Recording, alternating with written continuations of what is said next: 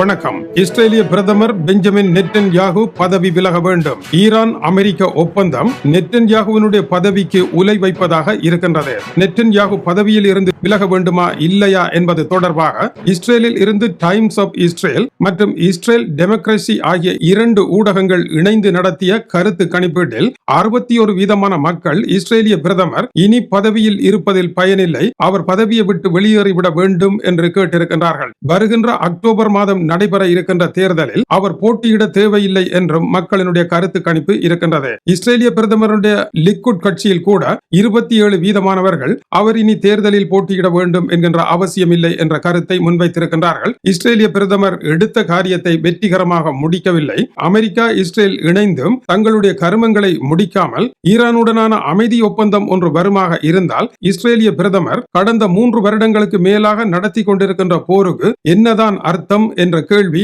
இஸ்ரேலியர்களிடையே இருக்கின்றது. இஸ்ரேலிய பிரதமரை பொறுத்தவரையில் அவர் மீது மனச்சோர்வு, அதிருப்தி என்பன மக்களுக்கு இருக்கின்றது. இஸ்ரேலிய பிரதமரினால் ஒரு வெற்றியை அந்த மக்களுக்கு கொடுக்க முடியவில்லை. இதனால் அதற்கு ஏற்ற ஒருவரை கொண்டு வருவதே சரி என்ற இடத்திற்கு வந்திருக்கின்றார்கள்.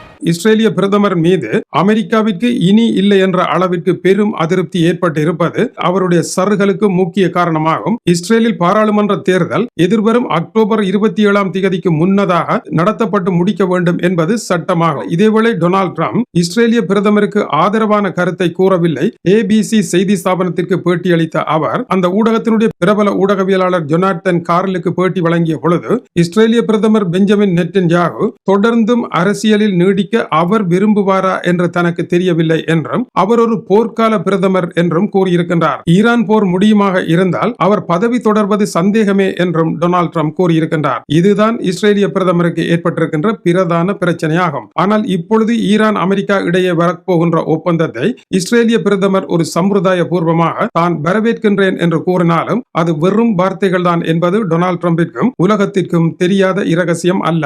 அதேவேளை நெட்டன்யாகுவினுடைய லிக்குட் கட்சியினுடைய கருத்து அடுத்த தேர்தலிலும் நெட்டன்யாகு போட்டியிடுவார், கடவுளின் அருளால் அவர் வெற்றி பெறுவார் என்று கூறியிருக்கின்றார்கள். மக்களின் ஆதரவால் வெற்றி பெறுவார் என்று கூறவில்லை. அதேவேளை சென்ற மாதமே நெட்டன்யாகு தன்னுடைய தேர்தல் பிரச்சாரத்தை ஆரம்பித்திருந்தார். டொனால்ட் ட்ரம்ப் முன்னர் நெட்டன்யாகு இல்லையேல் இஸ்ரேல் கிடையாது, இஸ்ரேலின் மிகச்சிறந்த பிரதமர் என்று அவரை போர்க்களத்திற்குள் செல்வதற்கு உருவேற்றிய பொழுது கூறிய வாசகங்களை மேற்கோள் காட்டி ஒரு காணொளியை தயாரித்து அதை பரவ விட்டுக் கொண்டிருக்கின்றார். டொனால்ட் ட்ரம்பே விரும்புகின்ற பிரதமர் தான், எனவே தனக்கே வாக்களிக்க வேண்டும் என்றும் கேட்டிருக்கின்றார். ஆனால் டொனால்ட் ட்ரம்ப் இவர் போர்க்கால பிரதமர் என்று கூறியது பிரிட்டனில் போர்க்கால பிரதமராக இருந்த வின்சென்ட் சர்ச்சிலை போர் முடிந்ததும் பிரித்தானிய மக்கள் தேர்தலில் தோற்கடித்து வீட்டுக்கு அனுப்பி வைத்தார்கள். அதுபோன்ற ஒரு நிலைதான் நெட்டன்யாகுவிற்கும் என்பது டொனால்ட் ட்ரம்பினுடைய கருத்தாக இருப்பதை நெட்டன்யாகுவால் புரிந்து கொள்ள முடியவில்லை. ஆனால் மக்களினுடைய அதிருப்தியையும் தாண்டி நெட்டன்யாகு தானே பதவியில் இருக்க விரும்புகின்றார். மக்கள் இவர் மீது கொண்ட வெறுப்புக்கான காரணம் 2023ஆம் ஆண்டு அக்டோபர் 7ஆம் தேதி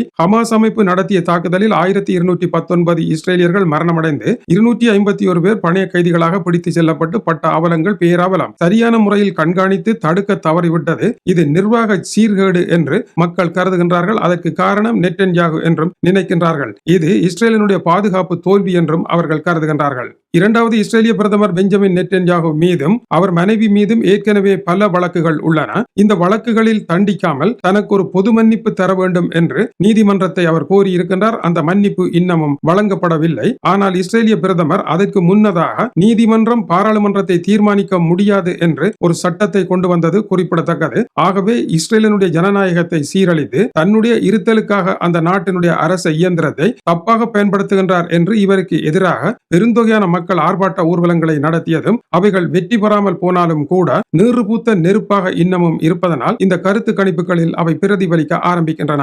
மேலும் பதவி இழந்தால் சிறை செல்ல வேண்டும் என்பதனால் இவர் பதவியில் தொடர விரும்புகின்றார் என்பதே இப்போதைய நிலையாக இருக்கின்றது. இஸ்ரேலினுடைய ஜனநாயகம், நீதிமன்றம் எல்லாவற்றையும் தன்னுடைய பதவி இருத்தலுக்காகவும் சிறைக்கு செல்லாமல் தப்புவதற்குமாக சீர்குலைக்கின்றார் என்று இஸ்ரேலியர்கள் கருதுகின்றார்கள். இதுதான் 61% அவரை ஆதரிக்கவில்லை. அதேவேளை அரபு கல்ஃப் ஸ்டேட் இன்ஸ்டிடியூட்டில் இருந்து மூத்த ஆய்வாளர் அலி அல்பனே டென்மார்க்கில் இருந்து வீக்கெண்ட் அபீஸ் என்கின்ற பத்திரிகைக்கு பேட்டி வழங்குகின்ற பொழுது ஈரான் அமெரிக்கா அமைதி ஒப்பந்தமானது மேசையில் நெருங்குகின்ற போதெல்லாம் இஸ்ரேல் அதை குழப்பி அடிக்கின்ற வேலையை நன்கு திட்டமிட்டு செய்தது என்று குறிப்பிடுகின்றார். மொத்தம் 38 தடவைகள் இது குழம்பி போவதற்கு இஸ்ரேலினுடைய பங்களிப்பு மிக முக்கியமானது என்று கூறுகின்றார். இஸ்ரேல் திட்டமிட்டு அதை சீர்குலைக்கும். ஈரான் அமெரிக்கா இடையே ஓர் ஒப்பந்தம் வருமாக இருந்தால் அது தனக்கு மிக மிக ஆபத்து என்றும் அந்த பிராந்தியத்தில் தன்னுடைய இருத்தலுக்கு ஆபத்து என்றும் இஸ்ரேல் அஞ்சுகின்றது. அதனால் அதை குலைக்கின்றது. இதற்காகவே லெபனான் மீது கடும் தாக்குதலை நடத்தி ஹிஸ்புல்லா மீது தாக்குதலை நடத்தி ஈரானை கோபமடைய செய்து ஒப்பந்தத்தில் இருந்து வெளியேறச் செய்வதற்கான முயற்சிகளை இஸ்ரேல் முன்னெடுத்தது.